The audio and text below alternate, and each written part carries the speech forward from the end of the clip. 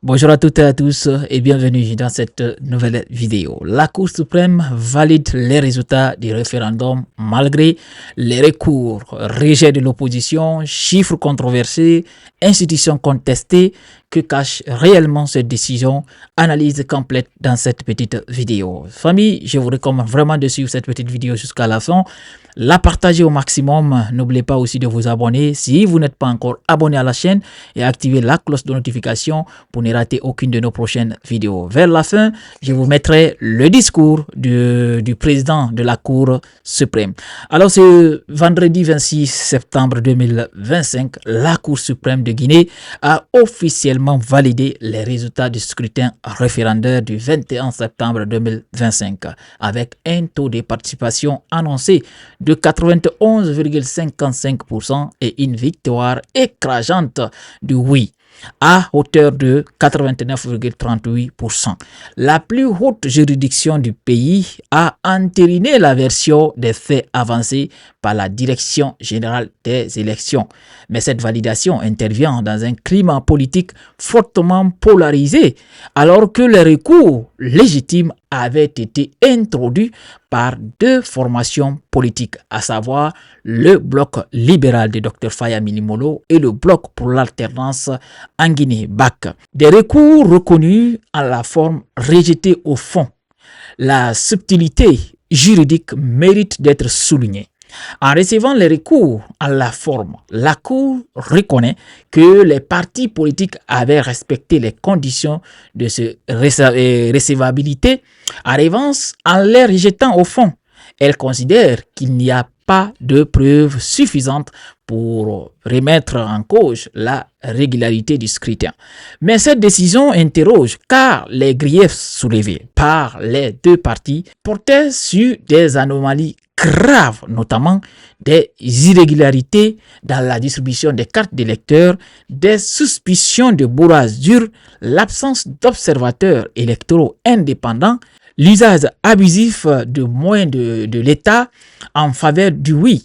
Le rejet de ces préoccupations nourrit une méfiance persistante envers l'indépendance de la justice guinéenne, perçue par une frange de l'opinion comme alignée sur les intérêts du pouvoir exécutif de transition. Parce que vous ne pouvez pas s'en savoir. Hier, je vous ai fait une vidéo concernant le recours, en tout cas, que Dr Faya avait annoncé, mais à ma grande surprise, j'ai vu le nom du BL parce que Dr Faya avait bel et bien dit qu'ils n'allaient pas du tout faire, ils ne vont pas du tout faire un recours auprès de la Cour suprême parce que selon lui, il ne faisait pas du tout confiance en la justice.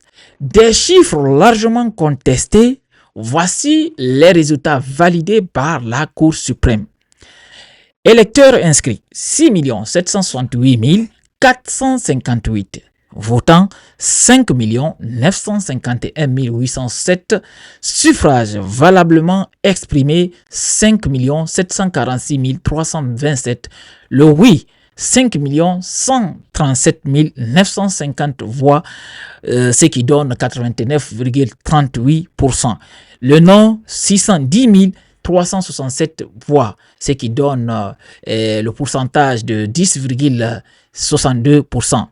Le taux de participation officiellement reconnu, 91,55%, semble peu crédible pour plusieurs analyses indépendantes, notamment au vu du boycott actif lancé par de grandes formations politiques, l'UFDG, le RPG, l'ANAD, etc., de l'absence de mobilisation visible dans de nombreuses zones du pays, mais aussi des disparités statistiques inexplicables dans les résultats régionaux.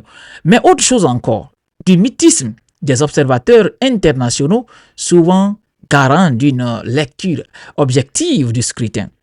Une justice sous influence. En rejetant les recours, la Cour suprême donne l'image d'une institution verrouillée dans un contexte où les libertés politiques sont restreintes, où la contestation est criminalisée. Aussi, les partis d'opposition sont systématiquement marginalisés.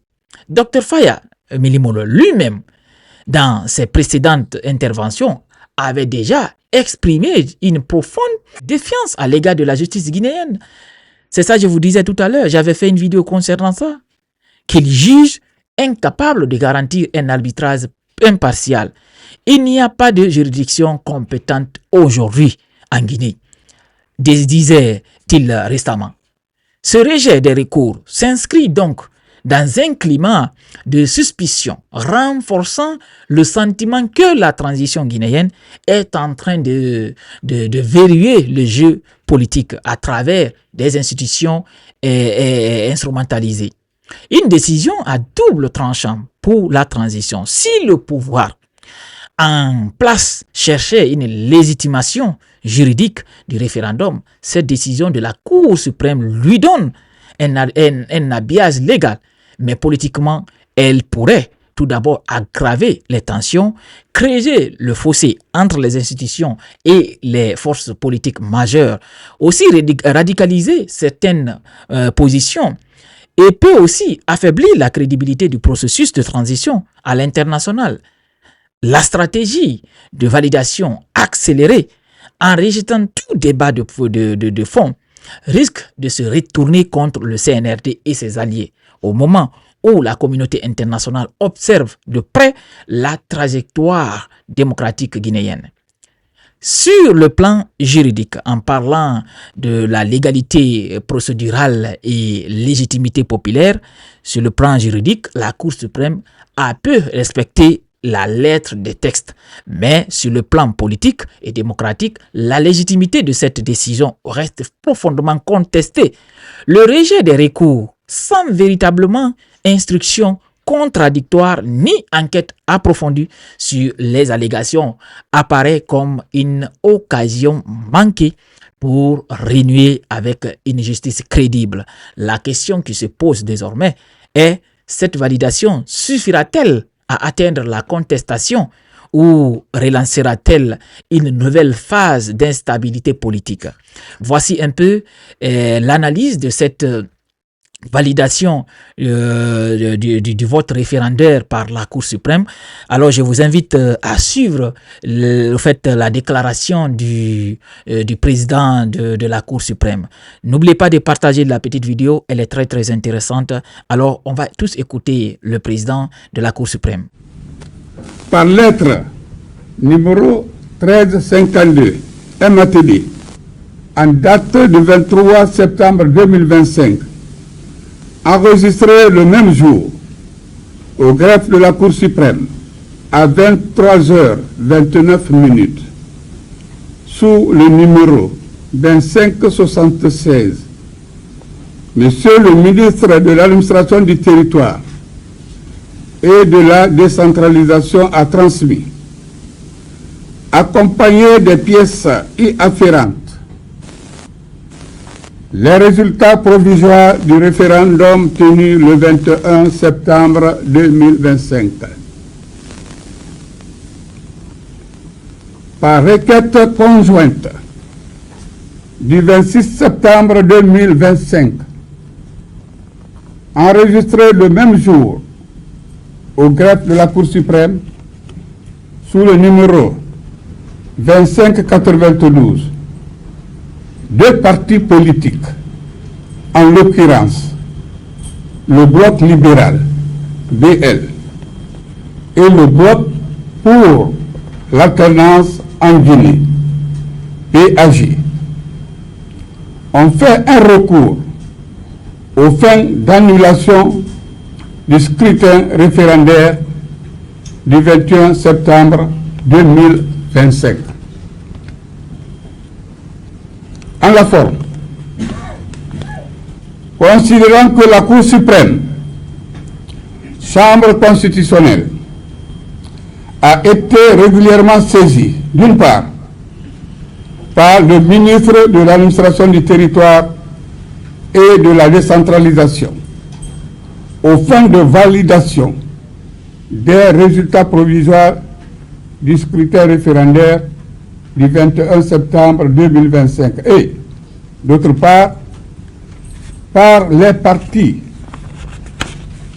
politiques, bloc libéral, BL, et Bloc pour l'alternance en Guinée, BAG, aux fins d'annulation de ce scrutin. Qu'il y a lieu de déclarer les deux saisines recevables. 3. Au fond, considérant que l'article 51 de la loi sus-indiquée est libellé en ces termes: les recours contre les irrégularités constatées au cours du référendum sont exercés devant la Cour suprême par les partis politiques et les organisations de la société civile légalement constituées dans les 72 heures à compter de la proclamation des résultats provisoires par le ministère chargé de l'administration du territoire. La Cour suprême statue dans les 8 jours à compter de sa saisine.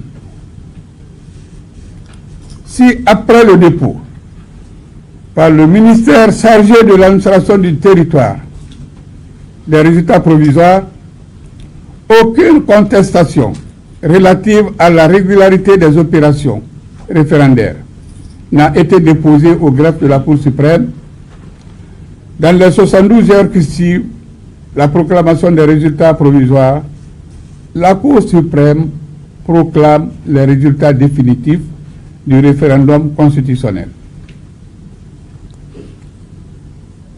Considérant que pour obtenir annulation du scrutin en cause, les partis politiques sus-indiqués ont évoqué 6 moyens. 1. Sur le moyen tiré de la violation de l'article 16 de la loi L 2025-012 CNT du 25 avril 2025. Les requérants soutiennent que cet article consacre le droit d'observation des opérations électorales par les partis politiques à travers le déploiement d'observateurs accrédités. Selon eux, lors d'une réunion de concertation organisée par les responsables de l'administration du territoire, il leur a été rappelé que les partis politiques avaient le droit de suivre et d'évaluer le processus électoral à travers leurs délégués et superviseurs. Ils considèrent que cette réitération équivaut à une accréditation tacite, ce qui justifierait le déploiement direct de leurs observateurs sans accomplir d'autres formalités administratives. Ils affirment que, malgré ce droit, leurs délégués et superviseurs ont été ignorés, puis empêchés de suivre les opérations du scrutin, ce qui constitue selon eux une violation manifeste de la loi et une atteinte à la transparence du vote. Considérant que la loi L 2025-012 CNT du 25 avril 2025, en son article 16, garantit certes le droit d'observation électorale, mais elle ne dispense pas les partis politiques des procédures formelles d'accréditation prévues par les tests applicables. Qu'en l'espèce, les deux partis n'apportent aucune preuve qu'ils ont sollicité ou obtenu les badges ou documents officiels d'accréditation auprès de l'organe compétent, ministère de l'administration du territoire. Leur interprétation, selon laquelle la réunion de concertation équivaudrait à une accréditation, est manifestement erronée, car une réunion d'information ne saurait suppléer les formalités légales.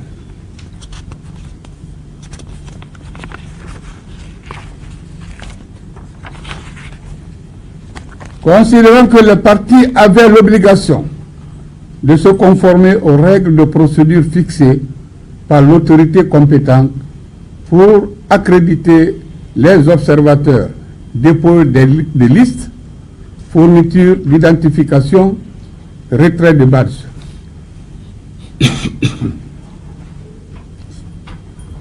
Que leur décision unilatérale de déployer des délégués sans autre formalité constitue une négligence qui ne peut être imputée à l'administration. Par conséquent, l'exclusion de leurs superviseurs était légale car ceux-ci n'avaient pas la qualité reconnue.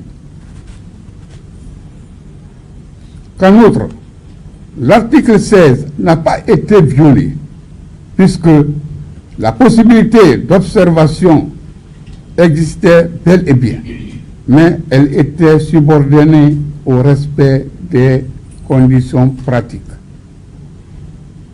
Que de même, la violation alléguée résulte uniquement d'une mauvaise interprétation par les parties demandeurs et non d'une entrave de la part des autorités. Que l'accréditation vise à garantir l'égalité et la transparence dans le processus électoral et qu'en admettant que la participation à une simple réunion vaut accréditation, cela créerait une inégalité entre les partis ayant respecté la procédure formelle et ceux qui s'en sont dispensés.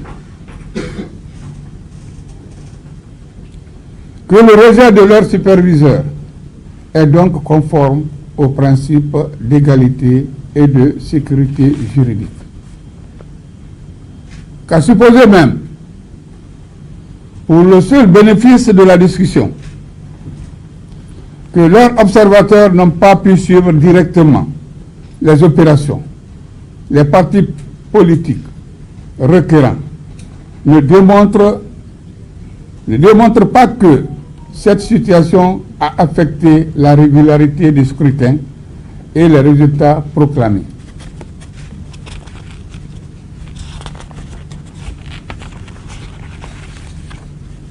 Qu'au demeurant, aucun élément concret, procès-verbaux irréguliers, fraude documentée, falsification n'est fourni pour établir que le défaut de supervision a eu une incidence sur la sincérité du vote.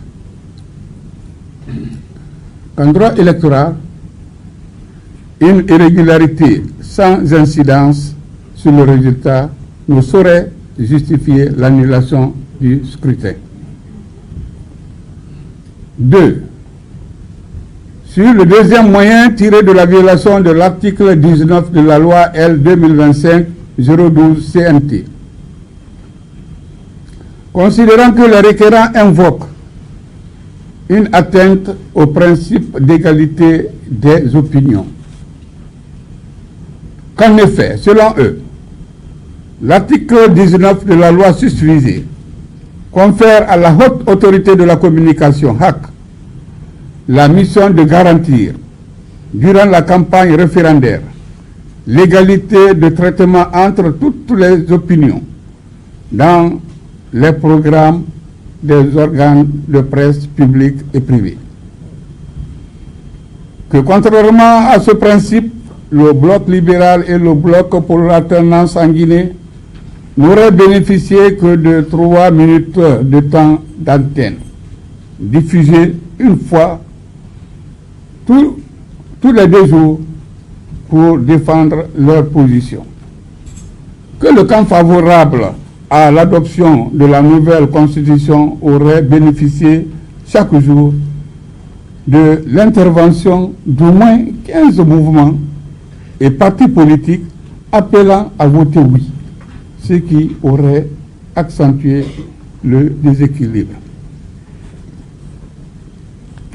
Que ce traitement différencié aurait créé une inégalité manifeste entre les partisans du oui et ceux du non, faussant ainsi les conditions de la campagne référendaire et portant atteinte à la sincérité du scrutin.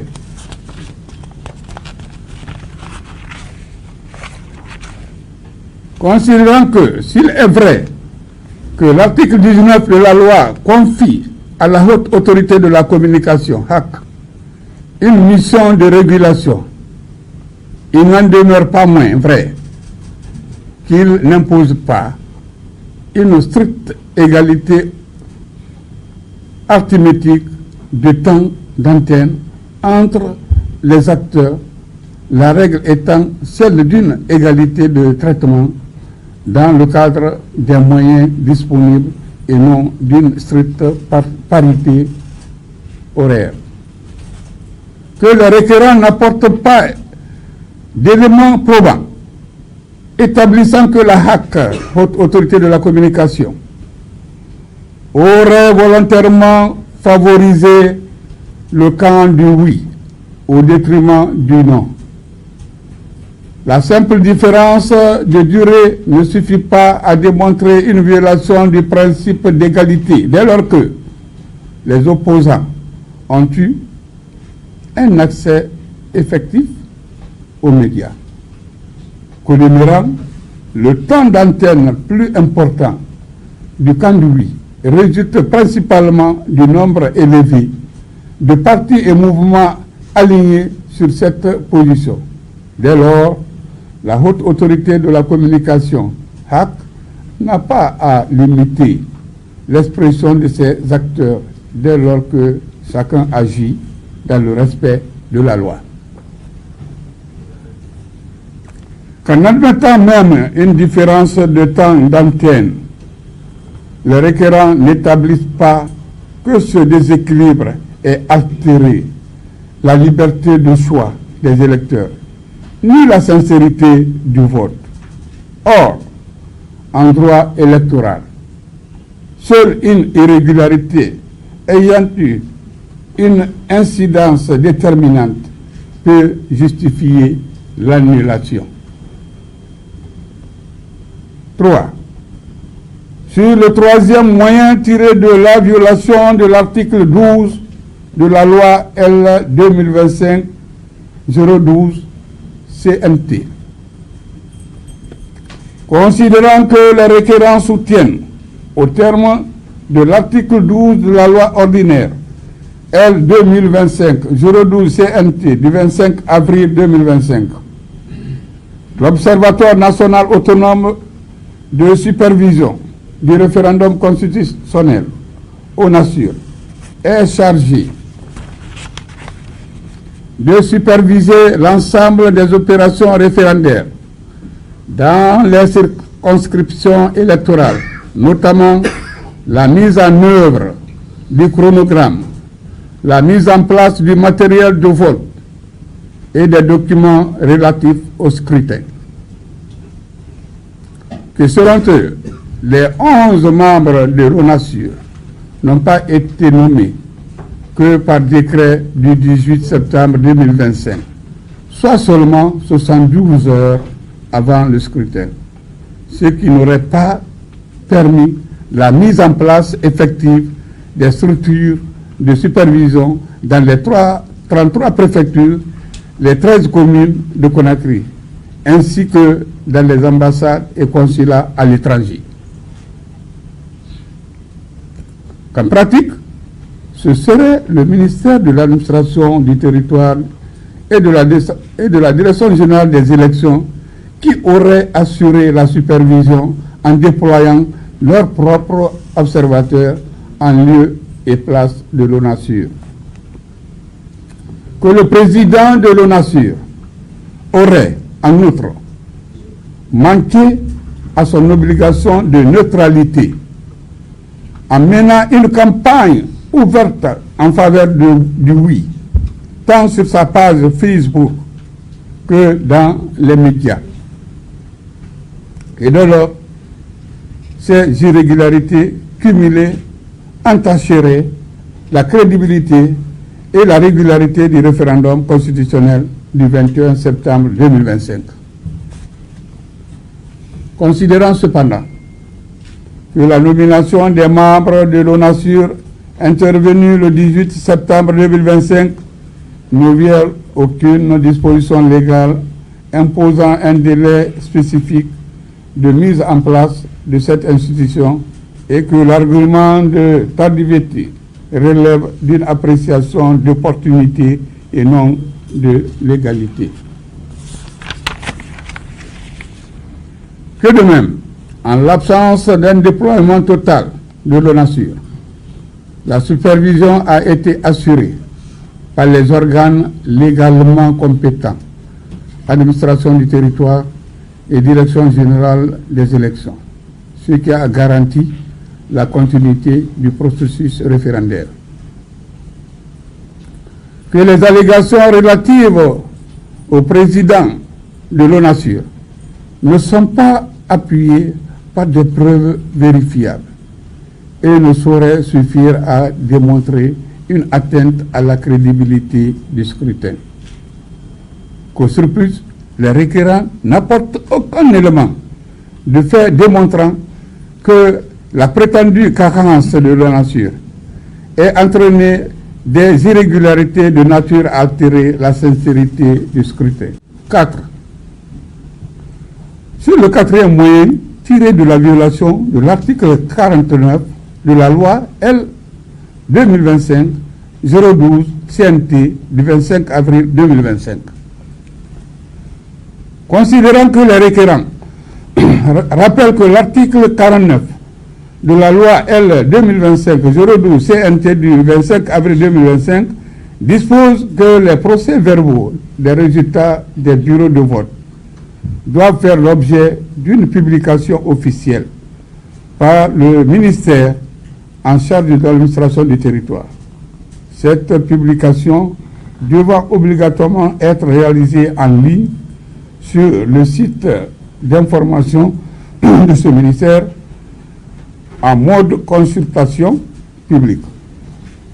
Que, selon eux, le ministère de l'administration du territoire n'a pas respecté cette exigence en s'abstenant de publier les procès-verbaux du bureau par bureau sur son site internet, ce qui constituerait une violation manifeste de la loi et renforcerait les soupçons de manipulation des résultats.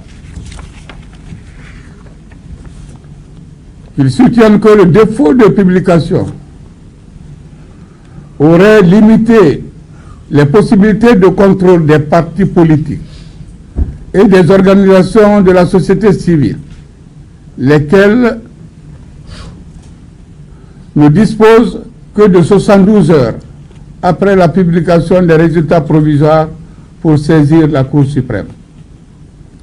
Il estime que, dans un souci de transparence, le ministère devait également publier en ligne des données précises relatives à la distribution et à la récupération des cartes d'électeurs, indicateurs essentiels pour apprécier la crédibilité et la participation effective du scrutin. Considérant que si l'article 49 prévoit la publication officielle des procès-verbaux par le ministère en charge de l'administration du territoire, il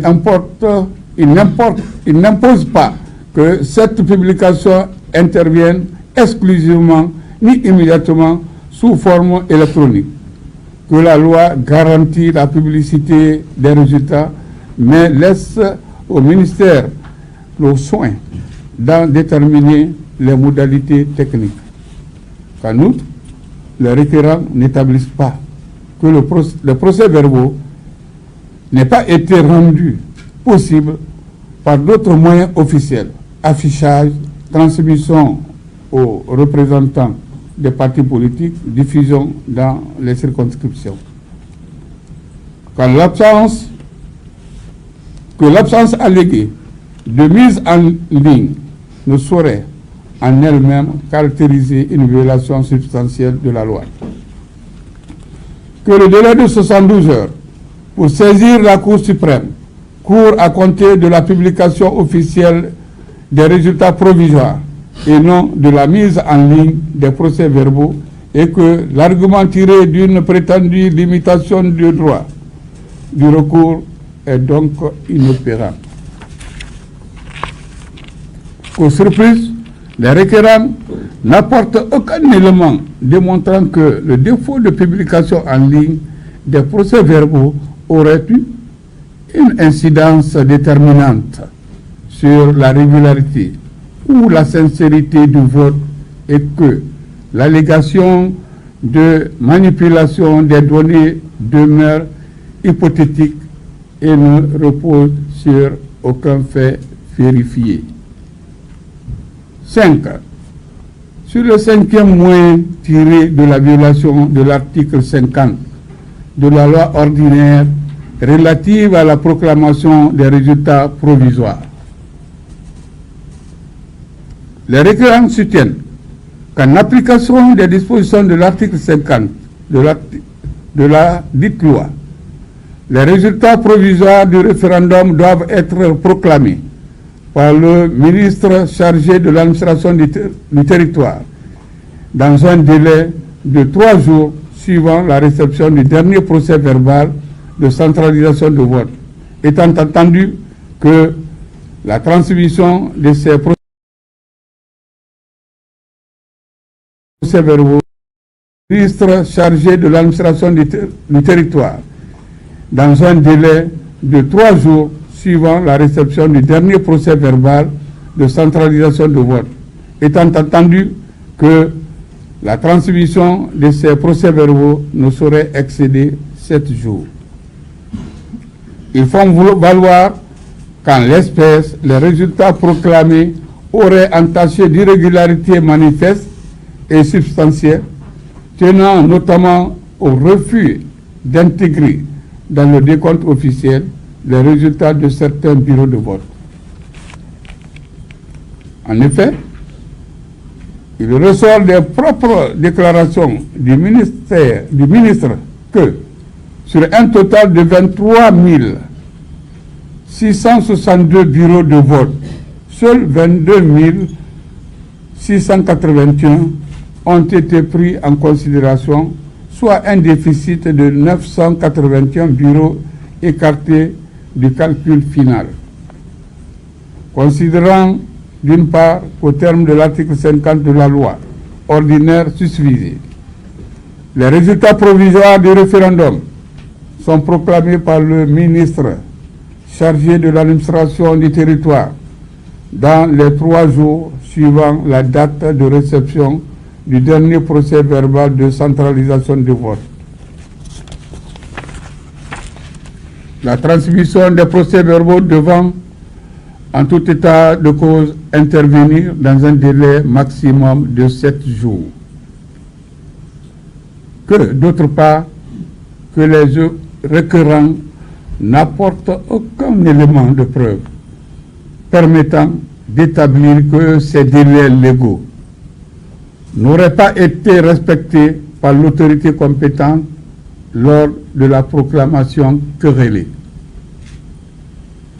En ce qui concerne l'écart relevé entre le nombre total de bureaux de vote ouverts, 23 662, et le nombre des bureaux effectivement pris en compte dans la centralisation, 22 681, il ressort des explications fournies que cette différence procède non d'un manquement aux prescriptions de l'article 50, mais de l'impossibilité matérielle d'intégrer certains procès-verbaux à raison de leur absence, de leur nullité ou de leur irrégularité manifeste, sans que les requérants ne démontrent en quoi cette exclusion aurait altéré la régularité générale de la sincérité du scrutin. Qu'ainsi, les griefs articulés au titre de la violation de l'article 50 de la loi précitée ne saurait prospérer, faute de fondement en fait comme en droit. 6. Sur le sixième moyen tiré de la violation de l'article 53 de la loi L 2025-012 CNT du 25 avril 2025. Considérant que les requérants font valoir que l'article 53 de la loi ordinaire L 2025-012 CNT du 25 avril 2025 interdit formellement l'utilisation des fonds, moyens et ressources publiques dans le cadre des campagnes électorales ou référendaires. Qu'en dépit de cette interdiction, plusieurs ministres de la République et hauts fonctionnaires auraient pris part à des mouvements de soutien en qualité de parrain, participant